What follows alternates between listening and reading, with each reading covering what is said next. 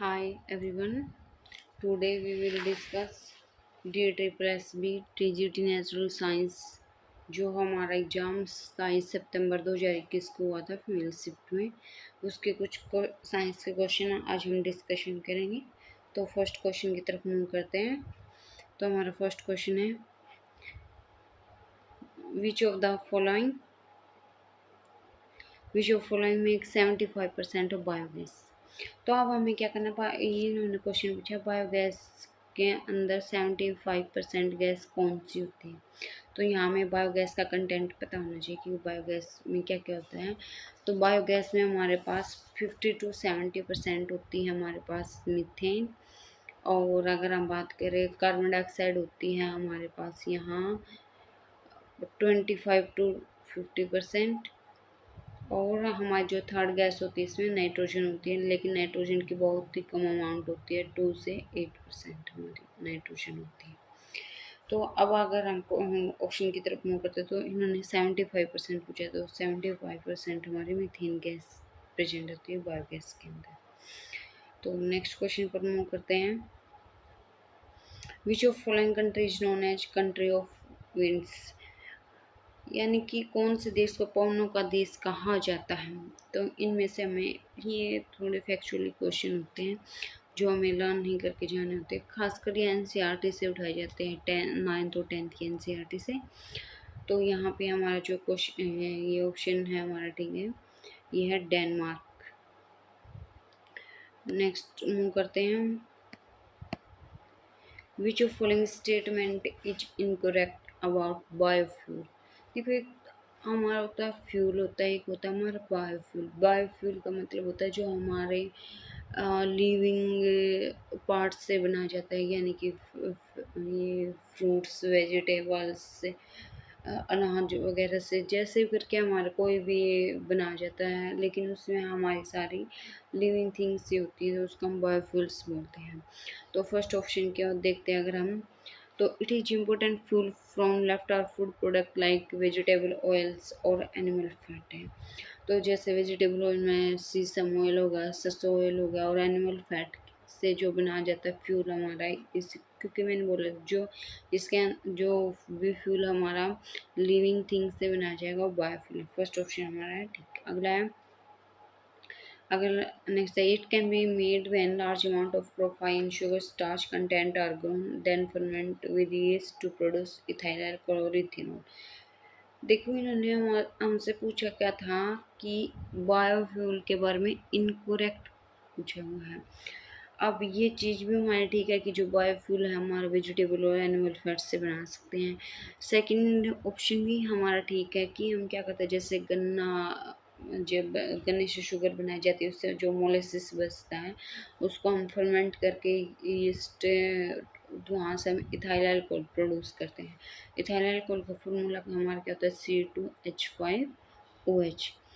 तो ये भी हमारा ठीक है, जिसको मिथेनॉल बोलते हैं। तो अब हमें इनकरेक्ट स्टेटमेंट तो ना ही हमारे फर्स्ट ना ही सेकंड है, इसलिए इसमें ना इधर वन और नो, ये हमारा ऑप्शन ठीक है। नेक्स्ट क्वेश्चन की तरफ मूव करते हैं। Which of following is emitted when hydrogen is burn, कि जब हमारी हाइड्रोजन हमारी एटमॉस्फेयर में बर्न होती है तो हम क्या मिलता है हमें। देखो हाइड्रोजन हमारी गैस है, अगर हाइड्रोजन बर्न होने के लिए हमें कौन सी गैस की रिक्वायरमेंट होती है, ऑक्सीजन गैस की। जब दोनों ही गैस कंबाइन करेंगे तो हमारा क्या बनाएंगे, वाटर। और लेकिन बर्न की फॉर्म में है, यानी कि हीट की फॉर्म में, तो हमारे यहाँ इसको बोलेंगे हम वाटर वेपर्स की फॉर्म में आ जाएंगे हमारे। तो यहाँ से हमें क्या प्रोड्यूस होगा, वाटर वेपर। नेक्स्ट क्वेश्चन की तरफ चलते हैं। Which of following type of coal has highest calorific value. अब क्वेश्चन में पूछे इन्होंने कौन से जो कोल है हमारी कोयला है जिसकी हाईएस्ट कैलोरीफिक वैल्यू। देखो ये सब हमें लर्न करने वाली चीज़ है, लेकिन जैसे हम बार बार क्वेश्चन को देखते रहते हैं तो हमें क्वेश्चन का आइडिया लग जाता है क्या। तो हाईएस्ट कैलोरीफिक वैल्यू यहाँ से एंथ्रासाइट की होती है, जो हमारा कोल का एक टाइप होती है। चारों ही हमारे कोल के टाइप है, पीट, लिग्नाइट, सब ब्यूटेनियस, लेकिन सबसे हाई कैलोरीफिक वैल्यू हमारी एंथ्रासाइट की होती है। नेक्स्ट क्वेश्चन की तरफ चलते हैं। For generating wind energy, the wind speed should be higher than to maintain required speed of turbine. देखो वाइंड एनर्जी का हम किस लिए यूज करते हैं कि हम इलेक्ट्रिसिटी प्रोड्यूस करने के लिए, और इलेक्ट्रिसिटी प्रोड्यूस करने के लिए हमें क्या जरूरत होती है, टरबाइन को रोटेट करवाना होता है। तो वाइंड की कितनी स्पीड होनी चाहिए कि वो टरबाइन को रोटेट करवा सके, तो मिनिमम हमारे कम से कम 15 किलोमीटर पर आवर के हिसाब से तो होनी ही चाहिए। तो हमारा ऑप्शन नंबर 3 इज करेक्ट है। नेक्स्ट क्वेश्चन की तरफ मूव करते हैं। The commonly used unit of power horse power is equal to. देखो इन्होंने पावर की यूनिट पूछा हमें हॉर्स पावर, वैसे पावर की यूनिट हमारी क्या होती है, वाट होती है, और अगर इन्होंने हॉर्स पावर पूछा है तो हमारी हॉर्स पावर यूनिट ये हमारी कैलकुलेट करके निकलती है 746 वॉट होती है। नेक्स्ट क्वेश्चन देखते हैं।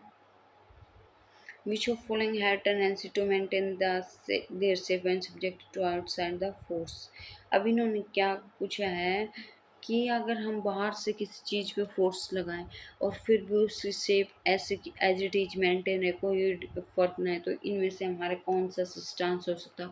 लिक्विड स्टेट है, सॉलिड स्टेट है, गैस स्टेट है, या एरोसोल। एरोसोल का मतलब होता है कि एयर के अंदर सॉल्यूशन प्रेजेंट है, लाइक दैट, जैसे हमारा फॉग होता है, हमारी वो उसकी बूंदें होती है। तो ये तो हमारे चेंज हो जाएंगे शेप। तो हमारा कौन सा एक सॉलिड है, जैसे हमारा लकड़ी का बॉक्स है, अगर हम उसको कंप्रेस करेंगे, प्रेशर लगाएंगे, फोर्स लगाएंगे, तो एज इट इज रहेगा। तो सेम से ये क्वेश्चन पूछे उन्होंने कि अगर हम किसी चीज़ पे फोर्स लगाए वो अपना शेप चेंज नहीं करे, that is called solid. Next question देखते हैं। Which of following is true? The rate of diffusion of liquid higher than of the solid. देखो फर्स्टली हमें डिफ्यूजन का पता होना चाहिए। डिफ्यूजन होता है कि जब कोई मान लो कि ये हमारा कोई बीकर है और हमने इसमें वाटर फिल अप किया हुआ है, ऊपर से हम एक इंक की ड्रॉप डालते हैं, और जैसे हम इंक की ड्रॉप डालेंगे वो इंक की ड्रॉप जैसे मान लें यहाँ गिरती है, और वो धीरे धीरे 1-2 मिनट के बाद क्या होगी, पूरी इंक इसके अंदर फैल जाएगी, जैसे कि इंक हो जाएगी पूरे। हमने देखा भी होगा, जैसे हम नॉर्मली यूज करते हैं, पानी के अंदर एक ड्रॉप इंक डालते हैं, लेकिन सारा पानी थोड़ी देर बाद नीला हो जाता है। इसका मतलब क्या है कि वो इंक ड्रॉप पानी के अंदर डिफ्यूज होगी। डिफ्यूजन की मेन डेफिनेशन होती है flow of substance from higher concentration to lower concentration. तो लिक्विड जिसके अंदर कम फोर्स, जिस भी सब्सटेंस के मॉलिक्यूल के बीच में फोर्सेज ऑफ अट्रैक्शन कम रहेगी, वो हमारा सबसे ज़्यादा डिफ्यूज हो सकता है। तो इसका मतलब सबसे ज़्यादा डिफ्यूज हमारे क्या हो सकती हैं, गैस। गैस में तो इंटरमोलिकुलर फोर्स है नहीं, फिर हमारा क्या डिफ्यूज हो सकता है, लिक्विड, और फिर हमारा क्या डिफ्यूज हो सकता है, सॉलिड। तो फर्स्ट रेट, अगर फर्स्ट ऑप्शन की तरफ देखिए हम, rate of diffusion of liquid higher than the rate of solid, yes हो सकता है, क्योंकि लिक्विड के डिफ्यूजन रेट हमारे सॉलिड के लिक्विड के लिक्विड की जो डिफ्यूजन रेट है सॉलिड के कंपेरिजन में ज़्यादा है। नेक्स्ट है gases are highly compressible as compare to solid and liquid. ये भी हमारा ठीक है, क्योंकि देखो मान लो अब हम क्या करते हैं, जैसे हम अपना सिलेंडर लेते हैं, उसके अंदर हम क्या करते हैं, इतनी सारी गैस कंप्रेस करके भरते हैं, जिससे हमारी गैस स्टेट को छोड़कर लिक्विड स्टेट में आ जाती है। इसका मतलब हम बहुत ज़्यादा कंप्रेस कर सकते हैं। बट जैसे अगर हम सॉलिड की बात करें, सॉलिड को क्या, जैसे हम स्टील का बर्तन क्या उसको ज़्यादा कंप्रेस कर सकते हैं, नहीं। लेकिन तो इसमें पूछा कि गैसेस हमारे सबसे ज़्यादा कंप्रेसिबल है। कंप्रेसिबल में का मतलब उसको दबा सकते हैं, हम दबा के उसको किसी और स्टेट में चेंज कर सकते हैं। तो हमारा बहुत ये third option is right. Next question की तरफ मूव करते हैं। Solid carbon dioxide known as dry ice. देखो कई बार ये क्वेश्चन ऐसे पूछ लिया जाता है कि ड्राई आइस का फॉर्मूला क्या, सॉलिड कार्बन डाइऑक्साइड है। अब इन्होंने पूछा कि इसको हम ड्राई आइस क्यों बोलते हैं, सॉलिड कार्बन डाइऑक्साइड को। तो ये पूछा इन्होंने कि क्या it is store under extreme low pressure to solidified. क्या हम कार्बन डाइऑक्साइड, क्योंकि हमारी तो कार्बन डाइऑक्साइड तो गैसेस फॉर्म में होती है, क्या उसको हम लो प्रेशर लगा के सॉलिडिफाई कर सकते हैं? नहीं, लो प्रेशर से तो बिल्कुल भी नहीं। मान लो ये हमारी कार्बन डाइऑक्साइड फिल है, अगर इसके ऊपर हम कम प्रेशर लगाएंगे तो सॉलिड में कैसे कन्वर्ट होगी, तो बहुत हाईली प्रेशर लगाना पड़ेगा, इसलिए हमारा ऑप्शन फर्स्ट इज रॉन्ग।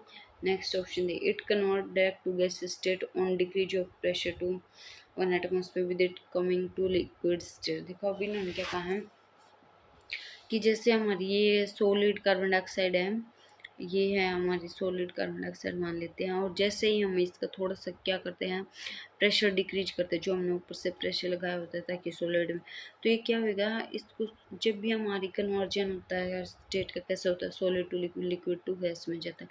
लेकिन यहाँ से हमारा क्या होगा, डायरेक्ट सॉलिड टू हमारा गैसेस में चेंज होगा, जिस प्रोसेस को हम सब्लिमेशन भी बोलते हैं। तो ये डायरेक्टली हमारे गैस स्टेट ऑन डिक्रीज, जैसे हम प्रेशर 1 एटमॉस्फेयर का करेंगे विदाउट लिक्विड स्टेट में, डायरेक्ट हमारा गैस स्टेट में आ जाएगा। ये हमारा ठीक है। तो इसलिए उसको हम ड्राई आइस बोलते हैं, सॉलिड कार्बन डाइऑक्साइड को। नेक्स्ट क्वेश्चन देखते हैं, the plasma state of matter consist of. देखो हमें पता है कि जो हमारे मैटर है, वैसे अगर हम नॉर्मली देखते हैं तो हम 3 स्टेट के बारे में बात करते हैं। 3 स्टेट हमारी कौन कौन सी हैं, सॉलिड, लिक्विड, गैस। लेकिन आज हमारे पास 5 स्टेट है जो हमारी एनसीईआरटी में भी है। एक जो 4th स्टेट को बोलते हैं हम, 4th स्टेट है हमारी प्लाज्मा स्टेट, और 5th स्टेट बोलते हैं जिसको हम बोस आइंस्टाइन, बोस और जो हमारे सत्येंद्रनाथ बोस थे और आइंस्टाइन, दोनों ने मिलके ये स्टेट की डिस्कवरी की थी। तो अब हमारे पास कितने स्टेट अवेलेबल हैं, 5 स्टेट अवेलेबल हैं। अब इन्होंने पूछा कि प्लाज्मा, देखो प्लाज्मा स्टेट क्या होती है। वो प्लाज्मा स्टेट में हमारा क्या होता है कि हम क्या करते हैं, जैसे कोई हमारी गैस है, गैस को हम क्या करते हैं, बहुत हाई हीट, बहुत हाई टेम्परेचर दे देते हैं, जिससे गैस हमारे किस में कन्वर्ट हो जाती है, आयंस में कन्वर्ट हो जाती है। और आयंस के ऊपर हमारा क्या होता है, चार्ज होता है, इसलिए जो ये हाई चार्जेबल होती हैं, जैसे इसके अंदर से इलेक्ट्रिसिटी पास होएगी तो इसके आयंस हैं ये क्या करना स्टार्ट कर देंगे, ग्लो करना स्टार्ट कर देंगे, जो हमारे ट्यूबलाइट में भी भरा होता है। तो ये हाईली एनर्जेटिक और एक्साइटेड फॉर्म होती है। आयन गैस की कौन सी फॉर्म होती है, आयनाइज्ड फॉर्म होती है, क्योंकि हमने गैस को इतना हीट कर दिया कि वो आयंस में कन्वर्ट होगी। तो ये हमारी प्लाज्मा स्टेट के बारे में बात है। और अगर हम बोस आइंस्टाइन स्टेट के बारे में बात करें तो हम क्या करते हैं कि जब हम अपनी गैस को गर्म करके एकदम बिल्कुल बिल्कुल ही ठंडे टेम्परेचर -273 केल्विन के हिसाब से ले आते हैं, तो इतने लो टेम्परेचर पे हमारे जो गैसेस के एटम्स हैं वे एक दूसरे के साथ क्या करना, फ्यूज करना स्टार्ट हो जाते हैं, और जिससे हमारी 5th स्टेट बनती है। बिल्कुल लो टेम्परेचर पे हम कह सकते तो बोस आइंस्टाइन स्टेट होती है हमारी। नेक्स्ट क्वेश्चन देखते हैं, मेल्टिंग पॉइंट ऑफ आइस। देखो ये 273, वैसे तो हमारा मेल्टिंग पॉइंट क्या है आइस का, 0 डिग्री सेल्सियस। और अगर हम केल्विन में बात करते हैं, 0 डिग्री सेल्सियस हमारा किसके बराबर होता है, 273.15 केल्विन के बराबर होते हैं। यहाँ केल्विन में पूछा हुआ इन्होंने। नेक्स्ट क्वेश्चन देखते हैं हम, which of following is known as law of definite proportion as stated by Proust. अब हमें क्या है, जैसे ये एक साइंटिस्ट थे प्रोस्ट, इन्होंने क्या बताया था हमें कि डेफिनेट प्रोपोर्शन की जब भी हमारे पास जो कोई भी कंपाउंड होता है उसके अंदर जो एलिमेंट का रेशियो होता है वो बिल्कुल डेफिनेट रहता है, कहीं भी चले जाए हम यूनिवर्सली होता है। तो इन्होंने क्या कहा था कि the ratio of element in A compound is fixed, it will not change. इसका मतलब क्या है कि जैसे हम एग्जांपल से देखते हैं कि वाटर है, वाटर के अंदर हमारा क्या होता है, हाइड्रोजन हमारा 2 होता है और ऑक्सीजन 1 होता है। अगर हम यहाँ इनका टोटल इनका हम एटॉमिक मास निकालें तो एटॉमिक मास हो जाएगा हमारा, सॉरी मोलिकुलर मास H2O। जैसे हाइड्रोजन 1 हाइड्रोजन का हमारा क्या होता है 1 और 2 का 2 हो गया, प्लस में क्या हो गया इसका हमारा एटॉमिक वेट होता है 16, तो ये टोटल हो गया हमारा 18 एटॉमिक यूनिट। अब हमें इसका रेशियो निकालना है 2/18, और हमारा क्या है, अगर हमें इसका रेशियो निकालें हम 2/18, और वो हमारा क्या था 60, जो ऑक्सीजन, ये हमारी हाइड्रोजन का रेशियो है, ये ऑक्सीजन का 16/18, तो हमारे ये कैंसिल आउट, 2 जा 1 8 पे, तो 1:8 होता है। तो हमारा वाटर के एवरी मोलिक्यूल के अंदर हमारा हाइड्रोजन और ऑक्सीजन का रेशियो है 1:8 होगा। और ये वाटर एक जगह का वाटर नहीं, कहीं भी यूनिवर्सली हम चले जाएं हर जगह के वाटर के अंदर रेशियो मिलेगा हमें हाइड्रोजन और ऑक्सीजन गैस का 1:8 है। तो ये बात हमारी प्रोस्ट ने की थी कि जैसे कि उसने क्या कहा है कि अगर हम ये देखते हैं कोई भी जैसे कंपाउंड की बात करते हैं, अगर हम इथेनॉल की बात करते हैं तो इथेनॉल के अंदर हमारे क्या होता है C2H5OH कि हमारा जैसे इसका मोलिकुलर वेट निकालेंगे कि कार्बन का इतना रेशियो है, हाइड्रोजन का इतना, ऑक्सीजन का इतना, तो ये रेशियो हमारा फिक्स रहेगा। हम अगर हमारा प्योरली इथेनॉल हमने बनाया है तो सेम हर जगह पे सेम रहेगा।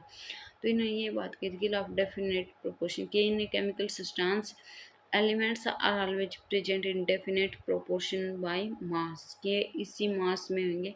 जैसे ये मास हाइड्रोजन का 2 हमें मिलेगा वाटर के मोलिक्यूल के अंदर हर जगह, और ऑक्सीजन का हमारा मास मिलेगा हमें 16। तो ये किसने बोला था, हमारे साइंटिस्ट का नाम है प्रोस्ट। नेक्स्ट देखते हैं हम, which of following is not postulate of Dalton atomic theory. ये डाल्टन एटॉमिक थ्योरी के बारे में कुछ हमसे पोस्टुलेट मतलब दी गए हैं और हमें क्या करना है इसमें से बताना है कि कौन सा पोस्टुलेट डाल्टन एटॉमिक थ्योरी का नहीं है। तो फर्स्ट देखते हैं, all matter is made of tin particle called atom. हमें पता है कि जो एवरी जैसे मानते हैं ये मैटर है तो इसके अंदर छोटे छोटे पार्टिकल से मिलके बना है और ये पार्टिकल हमारे क्या होते हैं, एटम्स होते हैं। सेकंड पे बात करते हैं, atom of given element are identical in mass and chemical property. मानते हैं कि जैसे ये हमारा कोई भी मैटर है, मान लेते हैं ये हमारा चौक का पार्टिकल है, तो चौक के पार्टिकल के अंदर जो हमारी आइडेंटिकल उस पार्टिकल का यानी कि पार्टिकल यानी एटम, इस एटम का भी वही मास है, इस एटम का भी वही मास है, इसका भी वही सेम केमिकल प्रॉपर्टी। तो ये भी हमारा ठीक है कि जो एलिमेंट होंगे उनकी सबके आइडेंटिकल सेम मास होगा और सेम केमिकल प्रॉपर्टी। और नेक्स्ट पूछा है, atom combine ratio of small real number two form compound. क्या कह रही हैं कि atom combine in the ratio of small real number two form compound. देखो क्या कह रही हैं कि एटम जो हमारे स्मॉल रियल नंबर में नहीं है, सब कोई जरूर तो नहीं है, और ना ही हमारे डाल्टन ने कहा था कि जैसे कि हमारा एस्ट्रो की बात करें, एस्ट्रो या हमारा हाइड्रोजन 2 हैं और ऑक्सीजन 1 है, लेकिन हम हाइड्रोजन पेरोक्साइड के बारे में बात करें तो हाइड्रोजन 2 हैं, ऑक्सीजन 2 हैं। और अगर हम हाइड्रोक्साइड आयन की बात करें, ऑक्सीजन 1 है, हाइड्रोजन 2 है। और फिर ऐसे ही कह के क्या स्मॉल रियल नंबर की फॉर्म में कंपाउंड बनते? नहीं, बिल्कुल भी नहीं बनते। The relative number and kinds of atom constant in A given compound. किसी भी कंपाउंड के अंदर, जैसे हम वाटर कंपाउंड की बात करते हैं तो उसके अंदर जो रिलेटिव नंबर्स हैं हमारे एलिमेंट के वो हमेशा फिक्स होंगे। जैसे वाटर के अंदर हमेशा हमारे हाइड्रोजन के 2 एलिमेंट रहेंगे और ऑक्सीजन का एक ही एलिमेंट रहेगा। तो ये कॉन्स्टेंट, ये राइट है। तो हमारा ऑप्शन नंबर 3 है जो कि हमारा पोस्टुलेट नहीं है डाल्टन एटॉमिक थ्योरी का।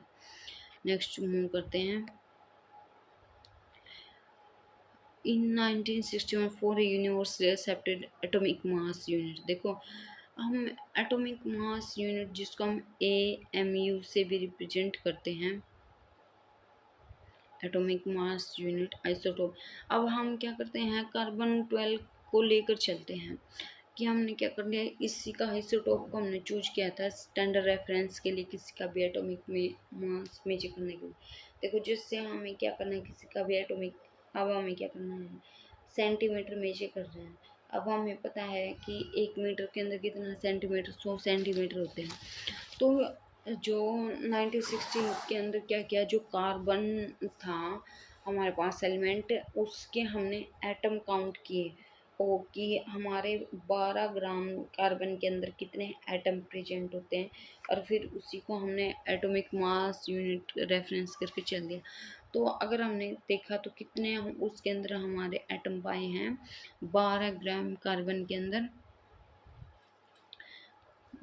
12 ग्राम कार्बन के अंदर थे हमारे 6.02, 3 × 10⁻⁻23 तो ये है, हम इतने एटम्स प्रेजेंट थे 12 ग्राम कार्बन के अंदर, जिसको हमने रेफरेंस मान के चला हुआ है, और इसी को फिर हमने किसका नाम दे दिया, एवोगाड्रोस नंबर का नाम दे दिया। और यही हमारे 1 मोल ऑफ हमारे एटम भी होते हैं। अगर हम देखते कि 1 मोल में कितने एटम होते हैं, 1 मोल में एटम होते हैं 6.022 इंटू 10⁻³ एटम्स होते हैं। तो ये हमारा 1 मोल के बराबर। तो इन्होंने पूछा कि किसको हमने रेफरेंस माना, कार्बन 12 को हमने रेफरेंस माना था। नेक्स्ट क्वेश्चन देखते हैं, the number of atom consisting a molecule is known as. जैसे कि किसी मॉलिक्यूल के अंदर कितने एटम्स प्रेजेंट हैं उस मॉलिक्यूल के, उसको हम क्या बोलते हैं, उसकी एटोमिसिटी बोलते हैं। जैसे फॉर एग्जांपल बात करते हैं हम, वाटर मॉलिक्यूल है, इसके अंदर इस कितने एटम्स हैं हमारे प्रेजेंट हैं यहाँ पे, 2 हाइड्रोजन और 1 ऑक्सीजन, तो इसकी एटोमिसिटी क्या होगी हमारी 3। तो इसको the number of atom consisting a molecule known as, इसको हम बोलते हैं एटोमिसिटी। एटॉमिक नंबर क्या होता है कि जितने उसके अंदर नंबर ऑफ प्रोटॉन या नंबर ऑफ इलेक्ट्रॉन, या तो हम प्रोटॉन को ही देखते हैं मेन, तो प्रोटॉन से ही हम एटॉमिक नंबर को आइडेंटिफाई करते हैं। Number of proton present in an element that is called atomic number. और एटॉमिक मास क्या होता है हमारा, कि हम क्या करते हैं, जितना भी उस एलिमेंट का हमारा मास होता है, जैसे कि हमारा क्या है, सोडियम है, सोडियम का एटॉमिक नंबर 11 होता है, बट उसका एटॉमिक मास क्या होता है हमारा 23 होता है ये। और एटॉमिक वेट क्या होता है, एटॉमिक वेट वैसे केमिस्ट्री में मास और वेट सेम ही चलते हैं, बस थोड़ा सा हम क्या कर लेते हैं इसके अंदर एटॉमिक में वेट में एटॉमिक मास यूनिट से ग्राम, अगर मास निकालें तो हम ग्राम में निकालेंगे, और वेट निकालें तो हम एटॉमिक मास यूनिट में निकालेंगे, इतना ही फर्क होता है यहाँ पे। नेक्स्ट क्वेश्चन है, according to Thomson model of atom, Thomson model के बारे में कुछ हमें बात करनी है यहाँ पे। An atom consist of positive charge space and electron embedded in it.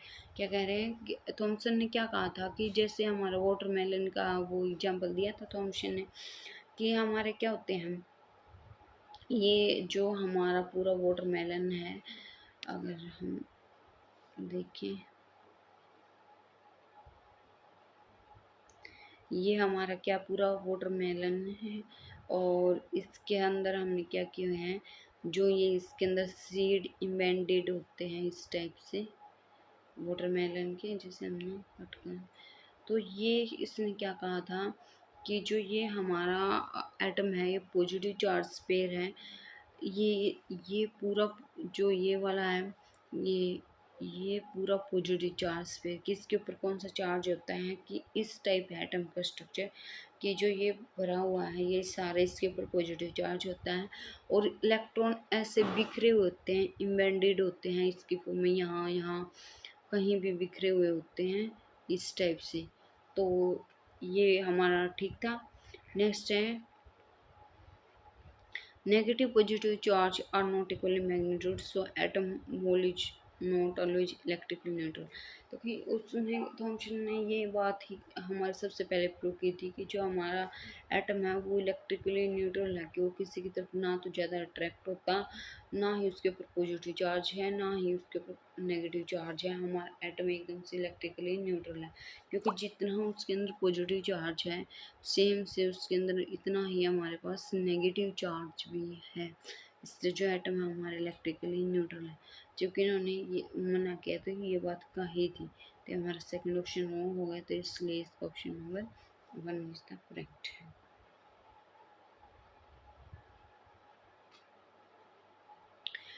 Next question देखते हैं हम, it was found that the law of octave was apply only up to. Octet rule हमारा ये देखना हमें कहाँ तक वैलिड था। ऑक्टेव रूल का मतलब क्या था कि जो हमारा फर्स्ट एलिमेंट है, जैसे कि हमारा अगर हम बात करते हैं यहाँ पे hydrogen, helium, lithium, beryllium, boron, carbon, और फिर हो गया हमारा नाइट्रोजन, ऑक्सीजन, फ्लोरीन, 1 2 3 4 5 6 7 और नियॉन, और फिर हो गया हमारा नियॉन के बाद हो गया हमारा सोडियम। किसने क्या कहा था कि जो हमारा फर्स्ट और एट्थ एलिमेंट है उनकी प्रॉपर्टी मैच करती है हमारी। देखो अगर हम बेरिलियम से आगे चलते हैं, हम बेरिलियम, मैग्नीशियम, फिर हो गया हमारा एल्यूमिनियम। तो बेरिलियम यहाँ से काउंट करना स्टार्ट करते हैं, 1 2 3 4 5 6 7 8।